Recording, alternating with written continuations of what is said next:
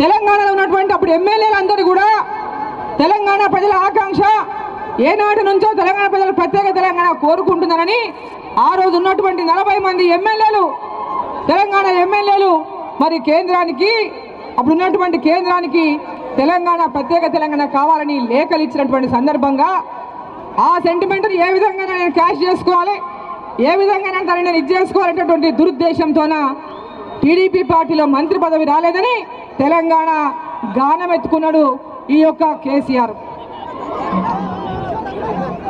ఆ రోజు తెలంగాణ కోసం పోరాటం చేస్తే బాగానే ఉంది.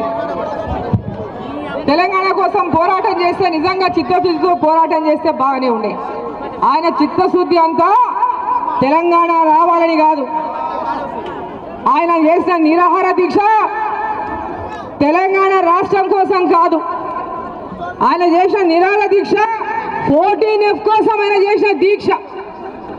అధిష్టానం మీద రెచ్చగొట్టి అమాయకులైనటువంటి విద్యార్థుల ప్రాణాలు తీస్తా ఉన్నాడు, అమాయకుల ప్రాణాలు యొక్క బలిగొంటున్నాడు ఈ కేసీఆర్.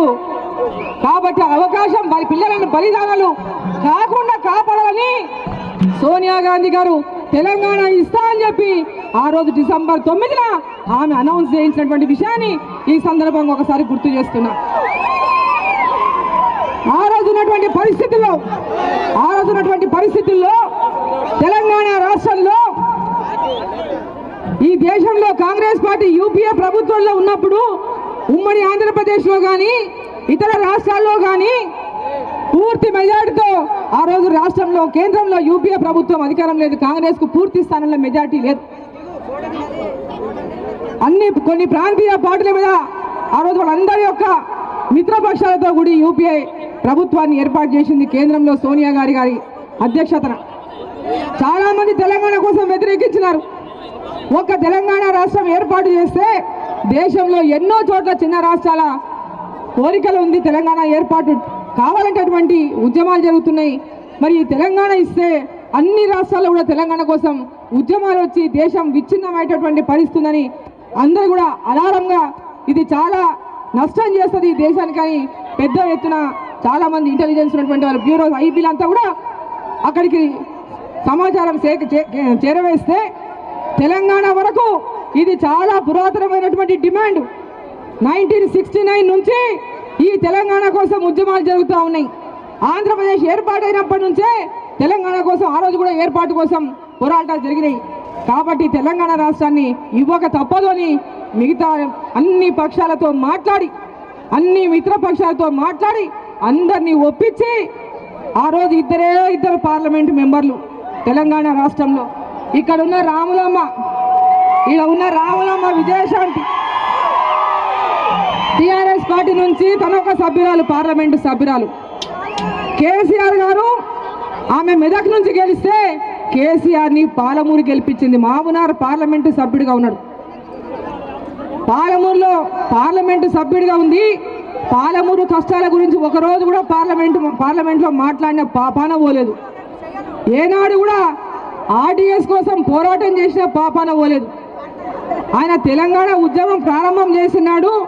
ఆయనకు ఏదో ఒక కారణం కావాలి కాబట్టి ఒకసారి ఇక్కడికి వెళ్ళి పాదయాత్ర చేసుకుంటూ పోయిండు. రాత్రి పండుకొని పొద్దున 12 గంటలకు లేచి ఏమేం చేసిండో ఈ లైన్లో మనకు అందరికీ తెలుసు.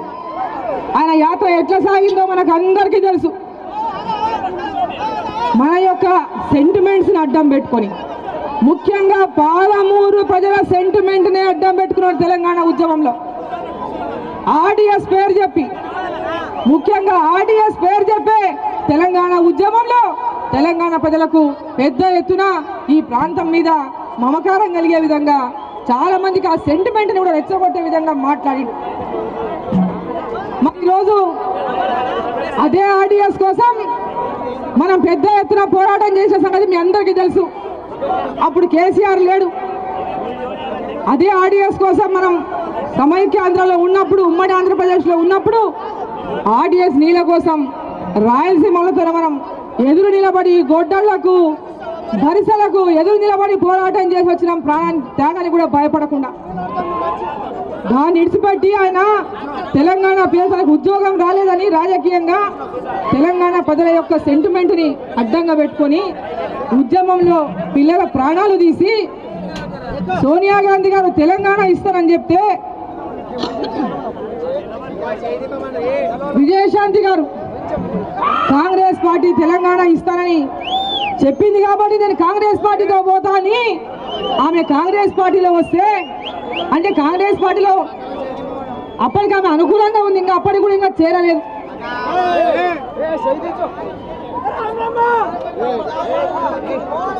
కాంగ్రెస్ పార్టీలో ఇంకా కాంగ్రెస్ పార్టీ తెలంగాణ ఇస్తుంది కాబట్టి ఇంకా తెలంగాణలో టీఆర్ఎస్ పార్టీ ఉండాల్సినటువంటి అవసరం లేదు.